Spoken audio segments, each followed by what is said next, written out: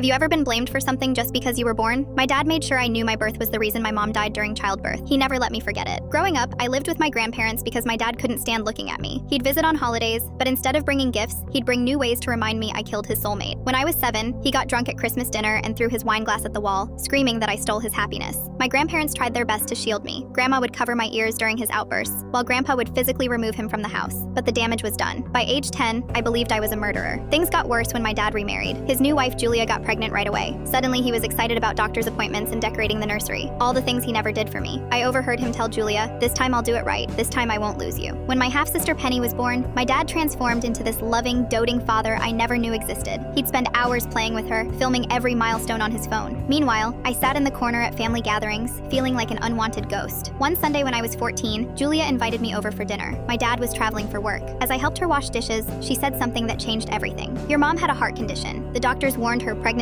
could kill her, but she chose to have you anyway. Your dad knows this. He was there when they explained the risks." My whole world tilted. All these years, he'd blamed me for a choice my mom made, a choice he was part of. I dropped the plate I was washing. It shattered on the floor as tears streamed down my face. Julia hugged me tight and whispered, "She chose you. She wanted you so badly she was willing to die for you. Your dad couldn't handle losing her, but that's not your fault." When my dad found out Julia told me the truth, he exploded. He slapped her so hard she fell. I jumped between them as he raised his hand again. "You don't get to hurt someone else's mom," I screamed. "You already blamed me for losing mine." Penny started crying from the other room. Julia grabbed her and ran to the neighbor's house. I stayed behind, finally standing up to my father. "Mom chose to have me. You chose to hate me. The only person to blame is you." The police came. Julia pressed charges. During the court hearing, my dad's sister testified about his violent episodes, how he'd threatened Julia before. The judge granted Julia full custody of Penny and a restraining order against my dad. As we left the courthouse, my dad tried approaching me one last time. His eyes were red, his voice shaking. "I'm sorry," he said. "I just miss her so much." I looked him straight in the eyes and said, "So do I. And I never even got to meet her. You robbed us both of that." Then I walked away. Julia and Penny moved in with my grandparents and me. We became the family I always wanted. Julia helped me apply to colleges, cheered at my graduation, and cried when I got accepted to medical school. At my white coat ceremony, she pinned my coat and whispered, "Your mom would be so proud." I'm specializing in high-risk pregnancies now. Every time I help a mother safely deliver her baby, I think of my mom. Last week, my dad showed up at the hospital where I work. He was diagnosed with terminal cancer and wanted to make amends. I listened to his apology, then handed him my business card. "I'm one of the best oncologists in the state," I said, "but I already have too many patients. I hope you find someone who shows up for you."